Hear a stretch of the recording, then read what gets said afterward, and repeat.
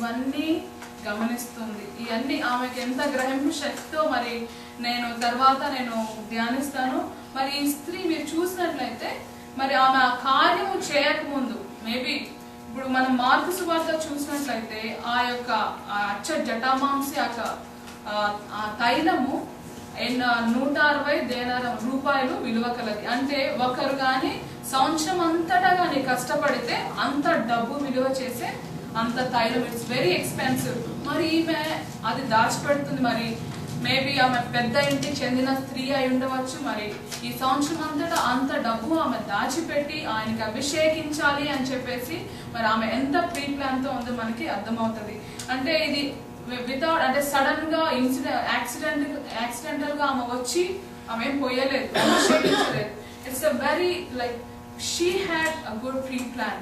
So ఆమె ఎంతో కాలంగా ఈయన చెప్పే మాటల్ని, యేసుక్రీస్తు చెప్పే మాటల్ని ఆమె గ్రహిస్తూ మరి ఆయన యొక్క మాటల్ని ఆమె విశ్వసిస్తూ ఈ యొక్క కార్యానికి ఆమె తలపడింది. మరి అదేవిధంగా మత్తయి మరి 12వ వచనంలో మనం చూసినట్లయితే ఈమె అత్తరు నా శరీరం మీద పోసి నా భూస్థాపన నిమిత్తము దీనిని చేశారు.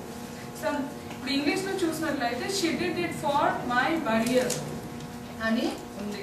మరి ఈ బరియల్ కి మరి యొక్క అభిషేకించడానికి సంబంధం ఏంటి? మరి ఆదికాండంలో కానీ మనం 50వ అధ్యాయంలో మనం చూసినట్లయితే మొదటి వచనంలో మరి ఆఖరి వచనంలో చూసినట్లయితే ఇక్కడ మనకి యాకోబు యొక్క ఆయన్ని పాతి పెట్టడము అదంతా రాసి ఉంది. మరి ఆఖరికి వచ్చేసరికి 50వ అధ్యాయం ఆఖరి వచ్చేసరికి యోసేపుని ఆయన యొక్క శరీరాన్ని ఏ విధంగా వారు భద్రపరిచారు మరి కనాన్ దేశం తీసుకుని వెళ్ళడానికి ఆ ప్రొసీజర్స్ అంతా మనకి రాసింది. మరి అక్కడ చూసినట్లయితే మరి యాకోబు చనిపోయినప్పుడు యోసేపు ఆ వైద్యులతో చెప్తున్నాడు అన్నమాట, నా తండ్రి శరీరానికి మీరు యొక్క అభిషేక తైలములను పూసి సిద్ధపరచండి, దేనికి? పాతి పెట్టడానికి.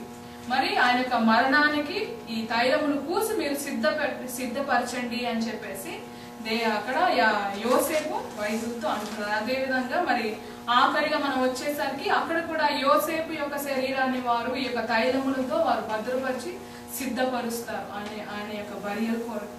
మరి దేవుడు ఇవన్నీ అంటే ఈ స్త్రీ ఇవన్నీ ఇది గమనించుకుని మరి యేసుక్రీస్తు ఎన్నోసార్లు ఆయన యొక్క మరణాన్ని గురించి మరి శిష్యులతో ఎన్నోసార్లు ఆయన చెప్పాడు. కానీ శిష్యులు మరి వారిని అనడానికి వి ఆర్ నాట్ డిజర్వ్.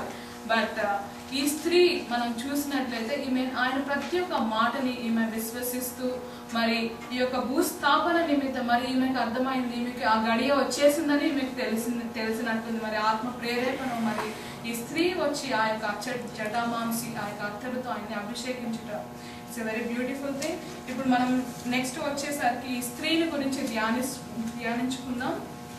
మరి అంకుల్ అన్నారు మేరీ అని చెప్పి. మరి చాలా సార్లు మనం అనుకుంటాము ఈ మేరీ ఎవరు, మరియా ఎవరు అని. చాలా మంది మగ్దలైన మరియా అంటారు. కానీ కొంతమంది లూకాసు వార్తలో ఇంకొక పాపాత్మురాలైన స్త్రీ వస్తుంది. ఆమె వచ్చి ఆయన పాదం మీద అత్తరు పోసి మరి ఆమె యొక్క కురులతో ఆయన పాదం తుడుస్తుంది. మరి ఆమె అని కూడా కొంతమంది దే మిస్టేక్.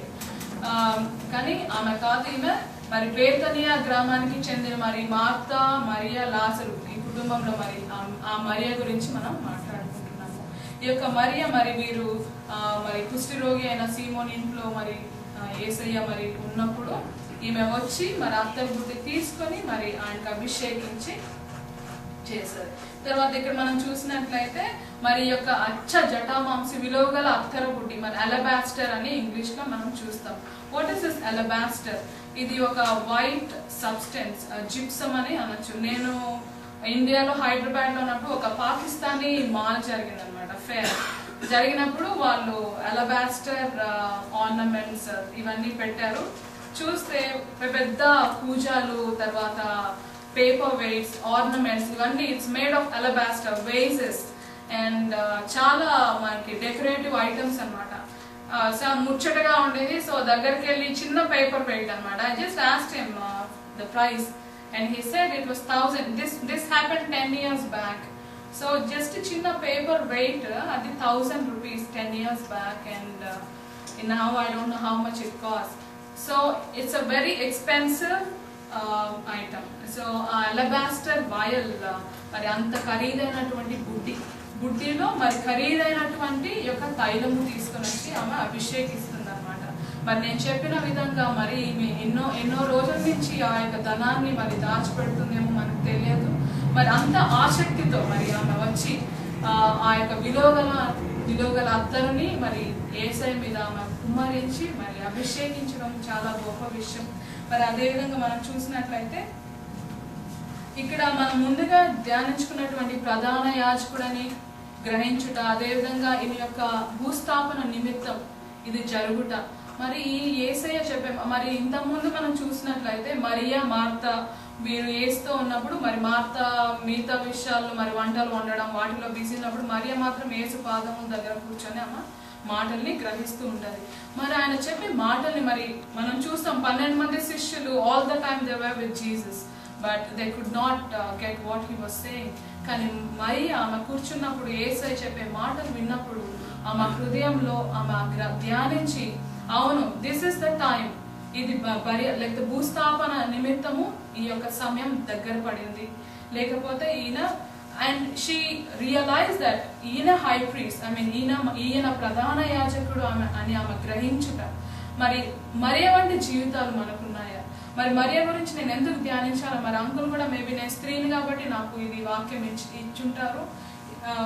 సో ఈ మరియని గురించి మన జీవితాల్లో ఏ విధంగా మనము మరియ గురించి మరి ఎలా అప్లై చేసుకుంటాం? మరి మనం కూడా ఆయన్ని గ్రహించున్నామా? మరి రోజు every Sunday are we coming just like that Sunday Christians లాగా వచ్చి వెళ్ళిపోతున్నామా? లేకపోతే నిజంగా మనము ఆ గ్రహింపు శక్తి మరి పాస్టర్ గారు చెప్తున్నప్పుడు ఆ వాక్యం వినినప్పుడు నిజంగా మనం ఆ వాక్యంలోని దాన్ని గ్రహిస్తున్నామా లేకపోతే వచ్చేసి వెళ్తున్నామా? సో అది నేను అందుకే నేను పాస్టర్ గారు చెప్తున్నప్పుడు ఐ ట్రై ఓకే వేరే విషయాలన్నీ మైండ్లోకి వచ్చి డైవర్ట్ చేస్తుంటాయి. ఓకే ఇప్పుడు వెళ్ళి ఏం వండుకోవాలి, రేపు ఏం వండాలి, నైట్ ఏం పెట్టాలి, క్యారేజ్లో మా హస్బెండ్ వెళ్ళాలి, అన్నీ ఉంటాయి. కానీ but I try to concentrate on what pastor says.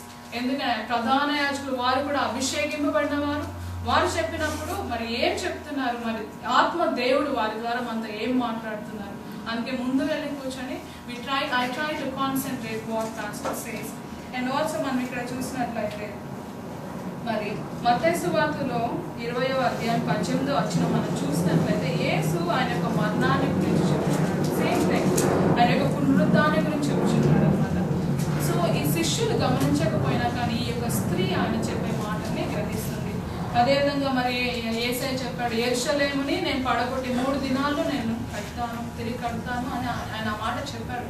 మరి ఈ స్త్రీ అవన్నీ గమనిస్తూ వస్తుంది. అదేవిధంగా మనం చూసినట్లయితే ఇంకొక విషయం the wonderful thing what I have meditated is that దేవుడు తన మరణానికి లేకపోతే ఆ యొక్క త్యాగానికి ఆయన సిద్ధపడుతున్న సమయం అది.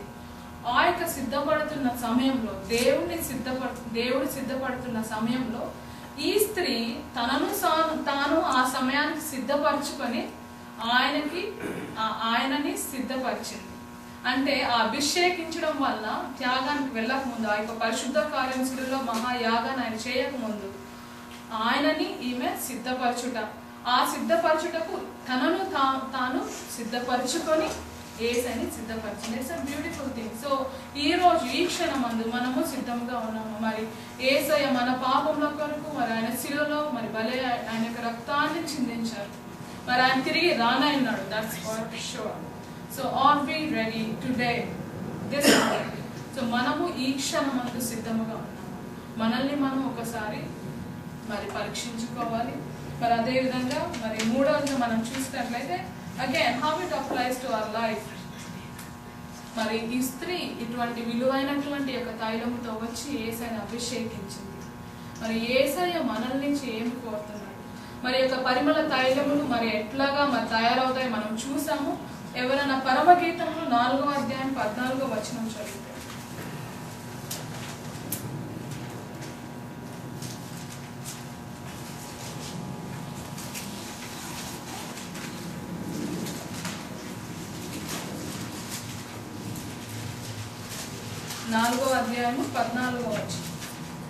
జటామాంసియు కుంకుమయు నిమ్మగడ్డియు లవంగ పటయు వివిధమైన పరిమళ తైల వృక్షములు గోపరసమును అగరు వృక్షములు నానావిధ శ్రేష్ఠ పరిమళ ద్రవ్యము. సో ఇక్కడ ఈ పరమ గీతములు సాధారణంగా ఎవరు టచ్ చేయరు అసలు. దైవ సేవకులు కూడా దీని జోలి కొంతమంది పోరు. కానీ పరమ గీతములు ఏంటంటే మరి దేవుడు ఒక వరుడుగా మరి ఆయన సంఘాన్ని ఒక వధువుగా ఆయన రాసిన సాంగ్ ఆఫ్ సొలొమన్. మరి సొలొమన్ మహారాజు మరి ఆత్మ ప్రేరేపణతో రాసినటువంటి గ్రంథము. మరి ఇక్కడ మనం చూసినట్లయితే ముందు వచనంలో చూసినట్లయితే మరి దేవుడు లైక్ వరుడు తన వధువుని ఈ విధంగా ఆయన పోలుస్తున్నాడు అన్నమాట. మరి ఈ యొక్క జటామాంసియు కుంకుమయు ఇవన్నీ మరి ఈ ఆయింట్మెంట్ లైక్ పరిమళ తైలముల్లో వాడేటువంటివి, వీటిలన్నిటితో దేవుడు తన వధువుని పోలుస్తున్నాడు. మరి మనం కూడా ఆ విధంగా సుగుణములు కలిగి ఉన్నామా ఈ రోజున? మరి how it applies నేను ఆలోచించినప్పుడు I was meditating, so this was the word. So ఈ విధంగా దేవుడు ఆయన వధువుని ఇంత సువాసన గలవానిగా ఆయన చూడాలనుకుంటున్నాం. మరి మనం సువాసన గలవారిగా మనం ఈ రోజున మన యొక్క జీవితాలు, మన యొక్క క్రియలు, మనం మాట్లాడే మాటలు ఇవన్నీ దేవునికి పరిమళ తైలములుగా ఉన్నాయా? మరి చూసినట్లయితే గలతీయులకు రాసిన పత్రిక 5వ అధ్యాయము 22వ వచనం. మరి నిన్న చందు అంకుల్ మరి మనం మెడిటేట్ చేస్తున్నాము. మనం ఫలించు అంజూరపు వృక్షముగా ఉండాలని మనము మెడిటేట్ చేసుకున్నాము. మరి ఈరోజు మనం చూసినట్లయితే ఇక్కడ ఆత్మ ఫలముల గురించి మనము చదువుకున్నాము. మరి ఆత్మ ఫలములు ప్రేమ, సంతోషము, సమాధానము, దీర్ఘశాంతము, దయాళుత్వము, మంచితనము, విశ్వాసము, సాత్వికము, ఆశా నిగ్రహము. ఈ 9 ఆత్మ ఫలములు మనలో ఉన్నాయా? మరి ప్రతిరోజు నేను ధ్యానిస్తున్నప్పుడు ప్రతిరోజు before I go to bed నేను ఈరోజు చేసిన కార్యాలన్నింటిలో ఏమైనా తప్పు ఉందా? I test my self, I question my self. So ఈ ఆత్మ ఫలములు అనేటువంటివి ఈ విధంగా మన జీవితాలు ఉన్నాయా దేవునికి? మరి దేవుడు మనము ఈ పరమగీతంలో చెప్పిన విధంగా మనం ఆయన మరలా తిరిగి రానయ్యున్నాడు. ఆ 2వ రాకడ సమయంలో మరి ఆయన వధువుని కొనుక్కోబోతున్నాడు. ఆ వధువుని కొనుక్కోబడేటప్పుడు మనం వధువు వలె సువాసన గలవారమే, మరి యొక్క ఆత్మ ఫలములు కలిగిన వారమే మనం ఉన్నామా మనం పరీక్షించుకోవాలి. మరి ఎక్కువ సమయం నేను తీసుకోను. మరి ఆఖరికి నేను చెప్పేది ఏంటంటే ప్రభువైన యేసుక్రీస్తు మన పాపమును తన సిలువపై కడిగి వేశాడు. మరి ఆయన సిలువలో తన ప్రాణాన్ని మన కొరకై పెట్టాడు. మరి ఆయన యొక్క చింత మనకి శాంతిని కలుగచేసింది. మరి ఆయన పొందిన యొక్క మరణము మనకి నిత్య జీవంలోనికి మనం ఎంటర్ కావడానికి అది సాధ్యమైంది. మరి ఆఖరిగా మనం చూసినట్లయితే యెషయా గ్రంథము 61వ అధ్యాయము 1 నుంచి 3 వరకు.